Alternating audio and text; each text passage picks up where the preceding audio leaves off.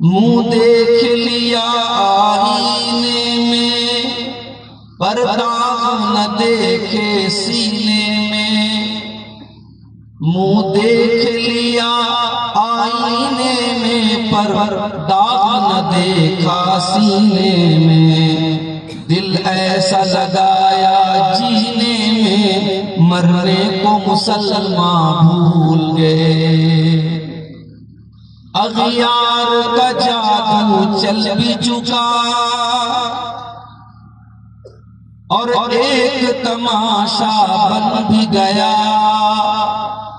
اغیار کا جادو چل بھی چکا اور ایک تماشا بن بھی چکا، دنیا کو جگانا یاد رہا خود ہوش میں آنا بھول گئے، دنیا کو جگانا یاد رہا خود ہوش میں آنا بھول گئے، وہ ذکر حسین رحمت کا امین کہتے ہیں جسے قرآن مبین، وہ ذکر حسین رحمت کا امین کہتے ہیں جسے قرآن مبین، دنیا کے نئے نغمے سیکھے اللہ کا ترانہ بھول گئے، دنیا کے نئے نغمے سیکھے اللہ کا ترانہ بھول گئے،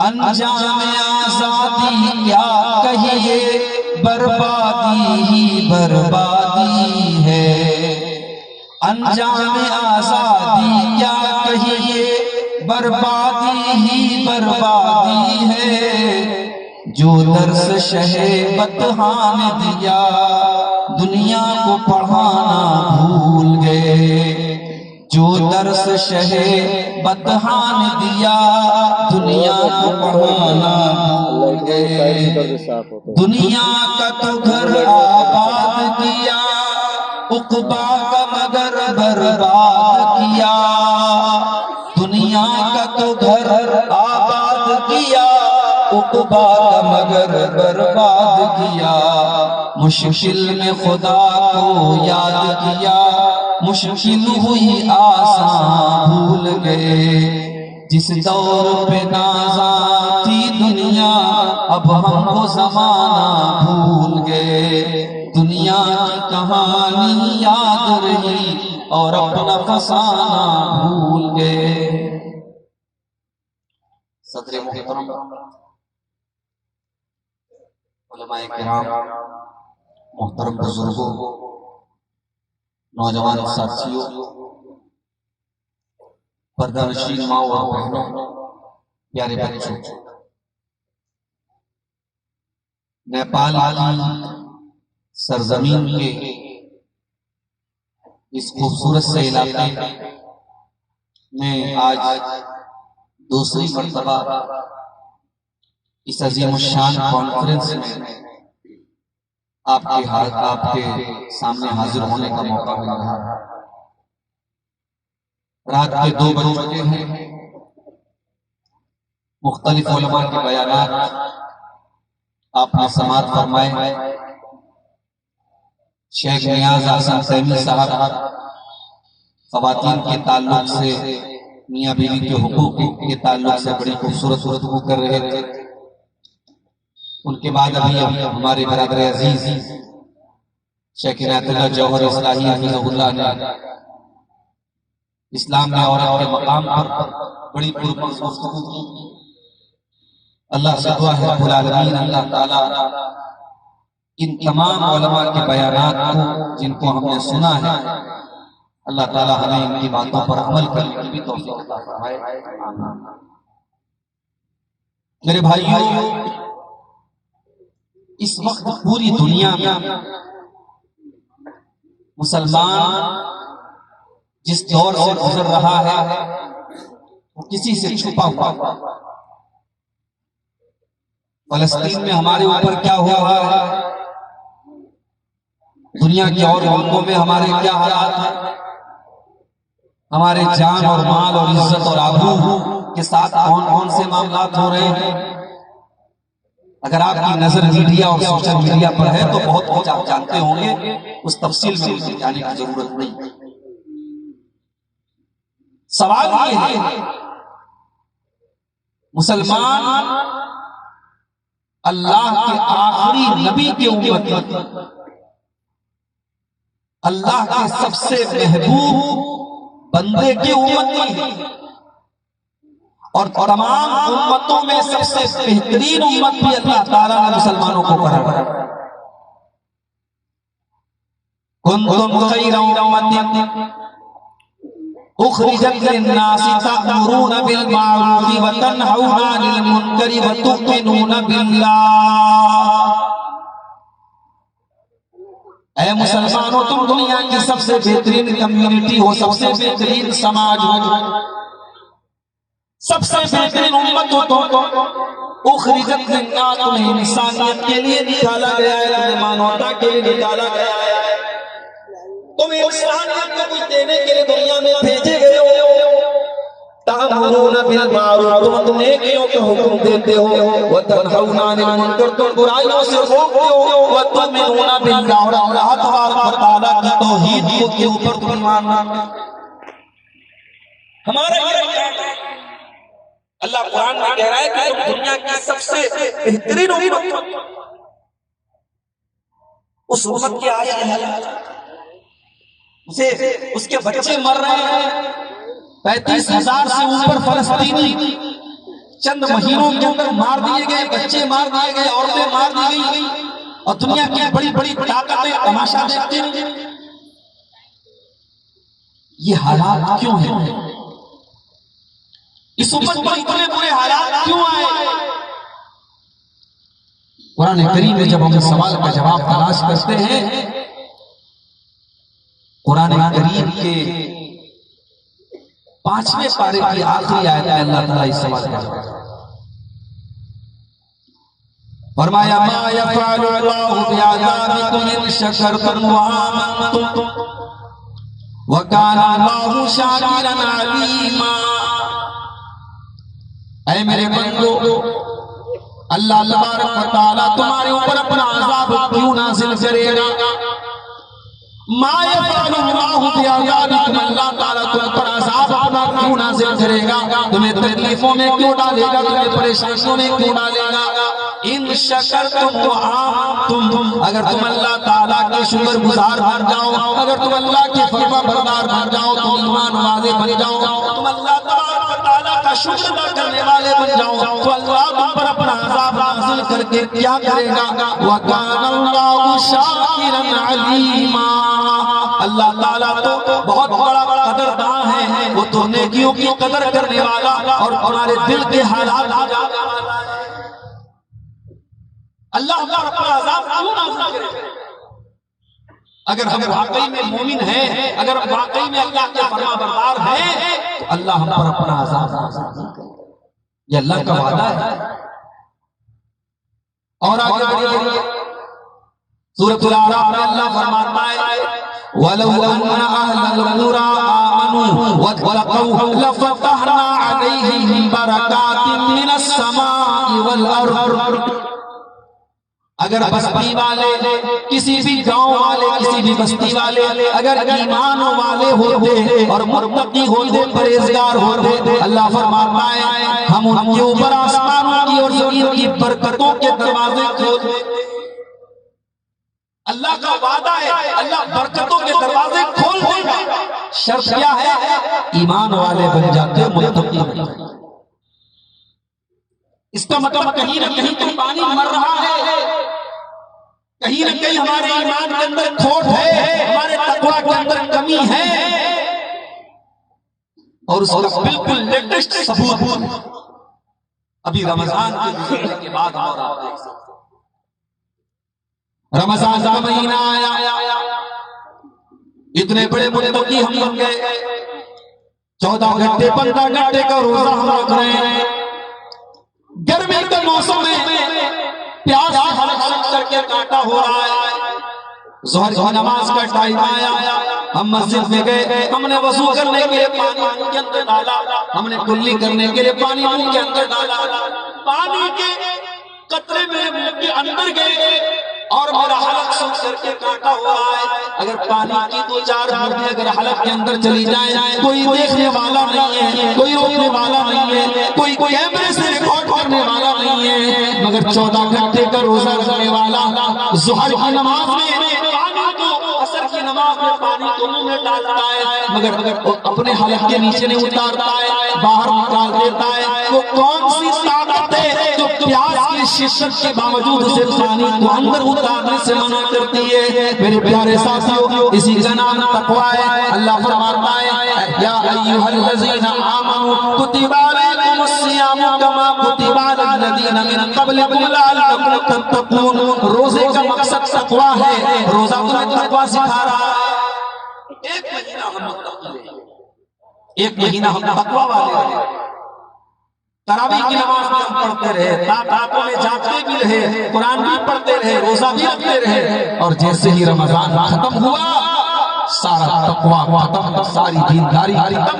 اب وہ مسلمان جو کل مسجد میں لائن میں لگا تھا آج سینما ہال کی لائن میں لگا ہے، کل جو رمضان میں حرام حلال چیزوں کو بھی ہاتھ نہیں لگاتا تھا، اللہ کی حکم کی وجہ سے 14 گھنٹے بھوکا رہتا تھا، آج شراب کے اڈوں پر وہ نظر آ رہا ہے، آج زنا کے اڈوں پر وہ نظر آ رہا ہے۔ اس کا مطلب یہ ہوا کہ ہمارا تقویٰ، ہمارا اللہ کا ڈر بناوٹی ہے، یہ وقتی ہے، یہ ٹیمپرری ہے۔ ہم ایک مہینے کے لیے اللہ سے ڈرنے والے بنے اور باقی 11 مہینے ہم نے اپنے آپ کو آزاد۔ اسی لیے اللہ کا نبی حضرت معاذ بن جبل سے کہتے ہیں اے معاذ بن جبل، 3 چیزوں کا ہمیشہ خیال رکھنا، اتق اللہ حیثما کنت، جہاں بھی رہنا اللہ سے ڈرتے رہنا، مسجد میں بھی اللہ سے ڈرنا، بازار میں بھی اللہ سے ڈرنا، مسجد کے اندر بھی اللہ کا تقویٰ ہونا چاہیے اور مارکیٹ کے اندر بھی اللہ کا ڈر ہونا چاہیے، عبادت کے اندر بھی اللہ کا ڈر ہونا چاہیے اور شادی بیاہ کے اندر بھی اللہ کا ڈر ہونا چاہیے اور لین دین کے اندر بھی اللہ کا ڈر ہونا چاہیے۔ اتق اللہ حیثما کنت، جہاں بھی رہنا تم اللہ سے ڈرتے رہنا۔ ایک مہینے والے مسلمان نہ بنو میرے بھائیوں، سال کے 12 مہینے اور زندگی کی ہر سانس کو اللہ کی مرضی کے مطابق گزارنے والے بن جاؤ۔ اللہ فرماتا ہے وَاعْبُدْ رَبَّكَ حَتَّىٰ يَأْتِيَكَ الْيَقِينُ، اپنے رب کی عبادت کرو جب تک کہ موت نہ آ جائے۔ زندگی کی آخری سانس تک، جب تک دل کی دھڑکنیں چل رہی ہیں، جب تک سانسوں کی ڈور چل رہی ہے، جب تک اللہ نے آپ کو زندگی دی ہے، مرتے دم تک اللہ کی عبادت کرنا ہے۔ وَاعْبُدْ رَبَّكَ حَتَّىٰ يَأْتِيَكَ الْيَقِينُ۔ ہم نہیں جانتے موت کب آئے، اللہ کہہ رہا ہے جب تک موت نہ آ جائے تب تک اللہ کی عبادت۔ ہم جانتے ہیں کہ موت کب آئے؟ ہم نہیں جانتے میرے بھائی، ہمارے کتنے رشتے دار ایسے، ہمارے کتنے جاننے والے ایسے، پل بھر میں اچانک ان کے انتقال کی خبر آ جاتی ہے۔ ابھی پٹنہ سے میں آپ کے بیچ میں آ رہا تھا، پٹنہ میں ایک ہوٹل کے اندر آگ لگ جاتی ہے اور کئی لوگ اچانک آگ لگتی ہے، کئی لوگ آگ کے حادثے میں مارے جاتے ہیں۔ سدھارتھ والی یوپی کے اندر 3 نوجوان کار سے اپنے گاؤں کی طرف جا رہے تھے، کار کا ایکسیڈنٹ ہوتا ہے اور تینوں کے تینوں نوجوان اللہ کو پیارے ہو جاتے ہیں۔ میرے پیارے ساتھیوں، موت کب آ جائے، اس بہانے سے آ جائے اور زندگی کی ڈور کب ٹوٹ جائے ہم نہیں جانتے، زندگی کی ڈور کب ٹوٹ جائے ہم نہیں جانتے۔ اس لیے میرے بھائیو، اللہ کہہ رہا ہے کہ زندگی کی آخری سانس تک تم اللہ کی عبادت کرتے رہو، یعنی ہر حال میں تم اللہ کی عبادت کرتے رہو، جہاں بھی ہو اللہ۔ اور دوسری چیز اللہ کے نبی نے معاذ بن جبل کو فرمایا وَأَتْبِعِ السَّيِّئَةَ الْحَسَنَةَ تَمْحُهَا، اے معاذ بن جبل، جب تم سے کوئی گناہ ہو جائے، جب تم سے کوئی غلط کام ہو جائے، کوئی غلط حرکت ہو جائے تو فوراً کوئی نیکی کر لیا کرو، کوئی اچھا کام کر لیا کرو۔ جب تم نیکی کر لو گے تو تمہاری نیکی تمہارے گناہوں کو مٹا ڈالے گی۔ یہ اپنے نفس کے اوپر لازم ہے۔ اگر ہم سے کوئی گناہ ہو گیا ہم فوراً توبہ کریں گے، فوراً نیک عمل کریں گے۔ جب انسان اپنے اوپر یہ اپنے نفس کے اوپر یہ لازم کر لے گا، آٹومیٹک وہ بہت سارے گناہوں سے بچ جائے گا۔ اور تیسری سے اللہ کے نبی نے فرمائی وَخَالِقِ النَّاسَ بِخُلُقٍ حَسَنٍ، اور اے معاذ بن جبل تو لوگوں کے ساتھ اچھا سلوک کیا گیا، اچھے اخلاق سے۔ تو آج مسئلہ یہ ہے ہم تقوی والے بننے کا دعویٰ کرتے ہیں مگر معاف کرنا میرے بھائیو ہم متقی نہیں ہیں، ہم تقوی والے۔ تقوی کس کو بولتے ہیں؟ ہر جمعہ کی نماز میں، ہر خطبے میں اللہ کے نبی کا جو خطبہ ہم اپنے علماء سے سنتے ہیں، اس خطبے میں اللہ کے پیارے نبی قرآن کی آیت بھی پڑھا کرتے تھے، یا ایھا الذین آمنوا اتقوا اللہ حق تقاتہ ولا تموتن الا وانتم مسلمون۔ اے ایمان والو تم اللہ سے ڈرو جیسا اس سے ڈرنے کا حق ہے، اللہ سے ایسا ڈرو جیسا ڈرنے کا حق ہے۔ ڈرنے کا حق کیا ہے؟ علماء نے لکھا ہے کہ اللہ سے ڈرنے کا 3 حق ہے۔ ان یطاع فلا یعصى، اللہ کی اطاعت کی جائے، اللہ کی نافرمانی نہ کی جائے، وان یذکر فلا ینسى، اللہ کو ہمیشہ یاد رکھا جائے، اللہ کو کبھی بھولا نہ جائے، وان یشکر ولا یکفر، اور اللہ کا ہمیشہ شکریہ ادا کیا جائے، اللہ کی کبھی ناشکری نہ کی جائے۔ میرے پیارے ساتھیو، آپ نیپال کی سرزمین میں رہتے ہیں، اللہ تعالیٰ نے بہت ساری ایسی نعمتوں سے آپ کو نوازا ہے جو ہندوستان کے لوگوں کو بھی حاصل نہیں ہے، جو دوسرے ملک کے لوگوں کو بھی حاصل نہیں ہے۔ اگر اللہ نے آپ کو کسی نعمت سے نوازا ہے، اس نعمت پر اللہ کا ہمیشہ شکر ادا کرتے رہو، اور اللہ کا شکر یہ ہے کہ آپ اس نعمت کا صحیح استعمال کرو۔ اگر دولت ملی، دولت کا صحیح استعمال، جوانی ملی ہے، جوانی کا صحیح استعمال، خوبصورتی ہے، خوبصورتی کا کوئی مس یوز مت کرو، مال ہے، مال کا صحیح استعمال کرو، اللہ کی ہر نعمت کو اللہ کی مرضی کے مطابق گزارا جائے، یہی اللہ کا شکر ہے میرے بھائیوں۔ اور جب اللہ کی نعمتوں کا غلط استعمال کیا جائے، مس یوز کیا جائے، یہی اس نعمت کے ساتھ اللہ کی بہت بڑی کوشش۔ قرآن کا 30واں پارہ ایک چھوٹی سی سورت ہے، ہم سب اس کو پڑھتے ہیں، یاد بھی ہوگی ہم میں سے بہت سارے لوگوں کو۔ وَالْعَادِيَاتِ ضَبْحًا فَالْمُورِيَاتِ قَدْحًا فَالْمُغِيرَاتِ صُبْحًا فَأَثَرْنَ بِهِ نَقْعًا فَوَسَطْنَ بِهِ جَمْعًا۔ پڑھتے ہوں گے، ہم کو یاد ہو دوسرے آتے ہیں۔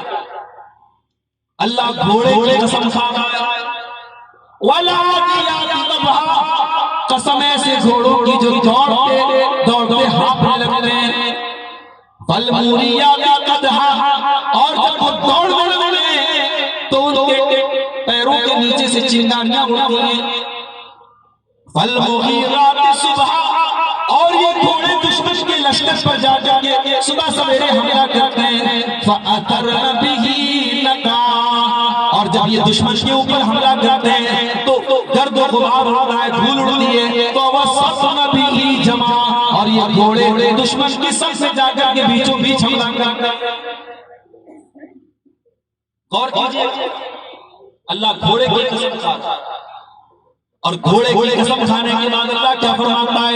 اِنَّ الْإِنسَانَ لِرَبِّهِ لَكَنُودٌ، بے شک انسان اپنے رب کا بہت بڑا ناشکرا ہے۔ اے اللہ، گھوڑے کا اس بات سے کیا تعلق ہے؟ اے اللہ، تو گھوڑے کی قسم کھا کر یہ بات کیوں فرما رہا ہے؟ اِنَّ الْإِنسَانَ لِرَبِّهِ لَكَنُودٌ، کہ بے شک انسان اپنے رب کا بہت بڑا ناشکرا ہے۔ میرے پیارے ساتھی، ذرا غور کر لینا، گھوڑا اپنے مالک کا بڑا وفادار ہوتا ہے، گھوڑا اپنے مالک کے لیے اپنی جان دے دیتا ہے، گھوڑا اپنے مالک کو کبھی اپنی پیٹھ سے اتارتا نہیں ہے، گھوڑا اپنے مالک کو میدان جنگ میں بھی اپنی پیٹھ سے نہیں اتارتا ہے، اپنی جان دے دیتا ہے، مگر اپنے مالک کے ساتھ غداری نہیں کرتا ہے، اپنے مالک کے ساتھ بے وفائی نہیں کرتا ہے۔ اللہ فرما رہا ہے میرے بندو ذرا غور کرو کہ گھوڑا جو کہ جانور ہے، جو کہ حیوان ہے، اس کا مالک اس کو تھوڑا سا چارہ کھلاتا ہے، تھوڑا سا پانی پلاتا ہے، تھوڑا سا اس کو کھانے کی چیزیں دے دیتا ہے، اور وہ گھوڑا اپنے مالک کا اتنا بڑا وفادار بن جاتا ہے کہ مرتے دم تک اپنے مالک کا ساتھ دیتا ہے، میرے بندو تم اپنے رب کی کتنی نعمتوں میں پل رہے ہو، قدم قدم پر تمہارا اللہ تم کو کھلا رہا ہے، پلا رہا ہے، اس کی دی ہوئی آکسیجن میں تم سانس لے رہے ہو، اس کی زمین پر تم چلتے ہو، اس کے آسمان کے نیچے تم رہتے ہو، اس نے اتنی نعمتوں سے نوازا ہے تم شمار نہیں کر سکتے، تم گن نہیں سکتے۔ ان الانسان لربہ لکنود، لیکن انسان اپنے رب کا بہت بڑا ناشکر، یہ گھوڑے سے بھی گیا گزرا ہے، یہ جانور سے بھی گیا گزرا ہے، جانور تھوڑے سے چارے کی وجہ سے اپنے مالک کا اتنا بڑا وفادار ہے، اور انسان اپنے مالک کا کتنا بڑا ناشکر ہے۔ ان الانسان لربہ لکنود، بہت بڑا ناشکر۔ میرے پیارے ساتھیوں، آج جب ناشکر ہو چکے ہیں، آج کتنے مسلمان ہیں، میں دوسروں کی بات نہیں کرتا، کتنے مسلمان ہیں جن کے توحید کے اندر گڑبڑی، جن کے عقیدے کے اندر گڑبڑی ہے۔ بچہ بیمار ہو گیا، کسی مزار میں چلے گئے، بچے کی طبیعت خراب ہو گئی، کسی ڈھونگی بابا کے پاس چلے گئے، تعویذ جا کے بدوا لیا، دھاگا بدوا لیا۔ کتنی عورتیں جن کے عقیدے میں خرابی پائی جاتی ہے، کتنے گھر ہیں جہاں شرکیہ کام کیا جا رہا ہے، جادو ٹونا کیا جا رہا ہے، غلط چیزوں کا سہارا لیا جا رہا ہے۔ میرے پیارے ساتھیوں، کیا یہ اللہ تبارک و تعالیٰ کی توحید کے ساتھ بغاوت نہیں ہے؟ کیا اللہ کی ناشکری نہیں؟ دنیا کا سب سے بڑا پاپ شرک ہے، دنیا کا سب سے بڑا شرک ہے۔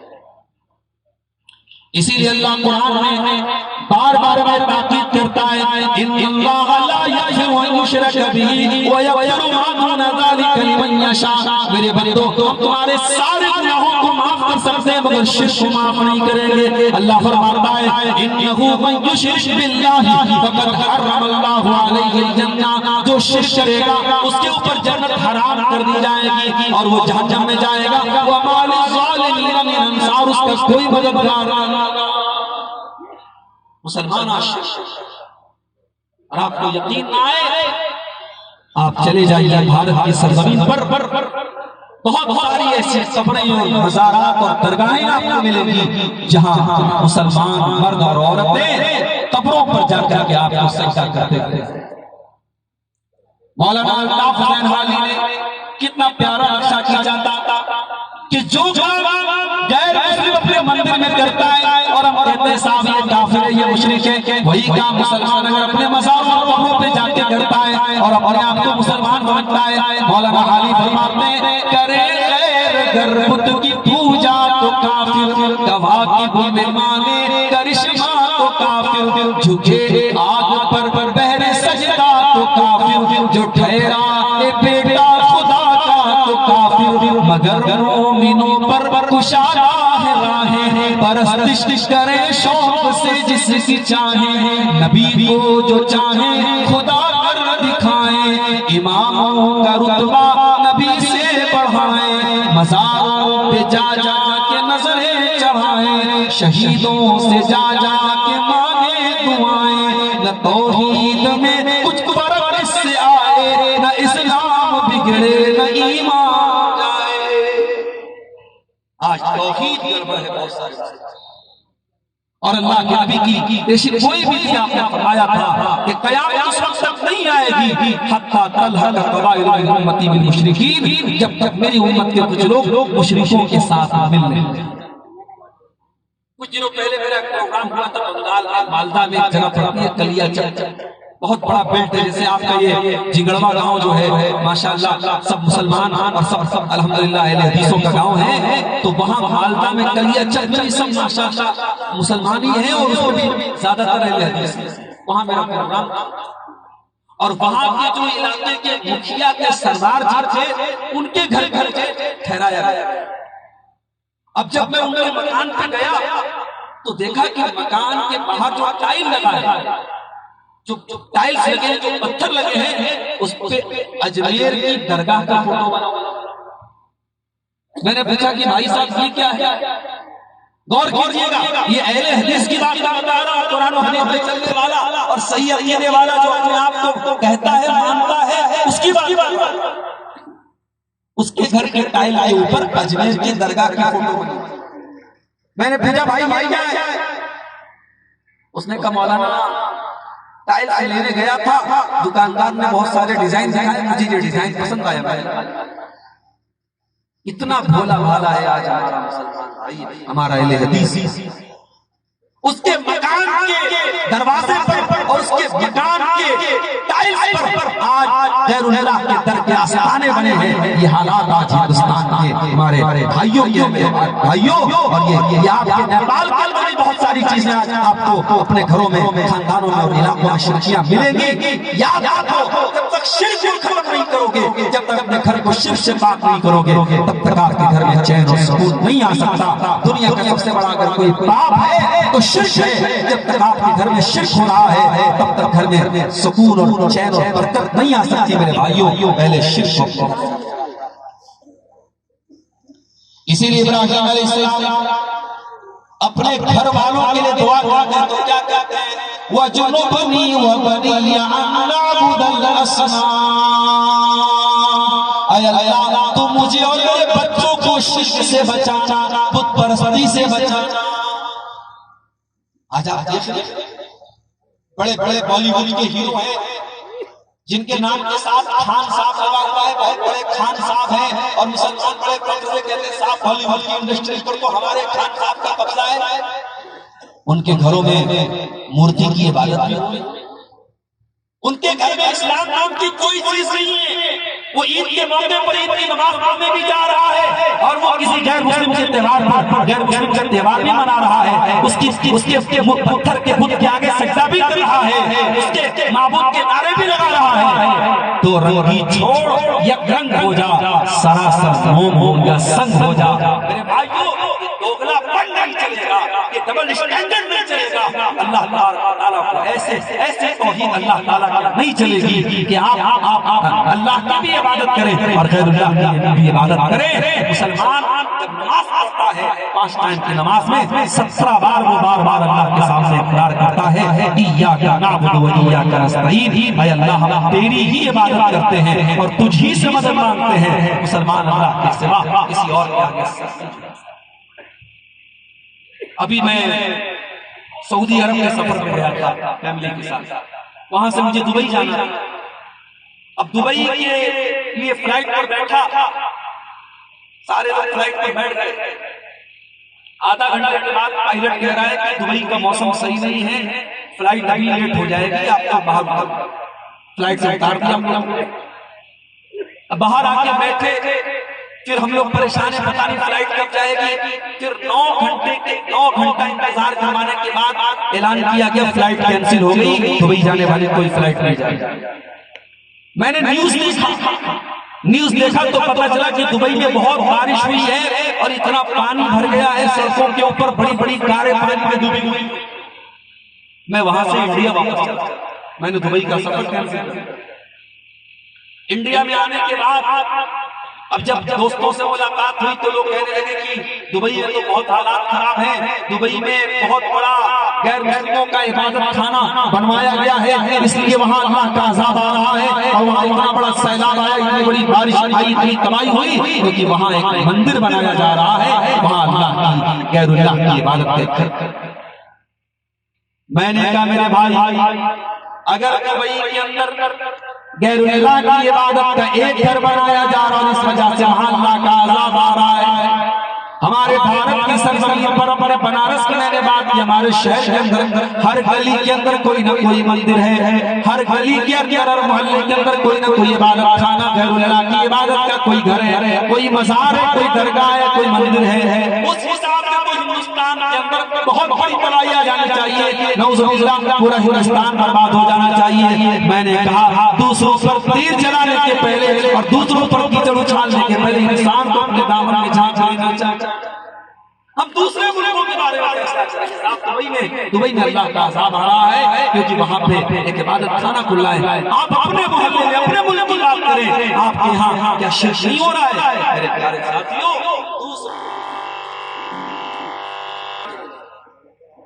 آج مسلمانوں کے اپنے بستیوں میں، اپنے علاقوں میں شرک ہو رہا ہے.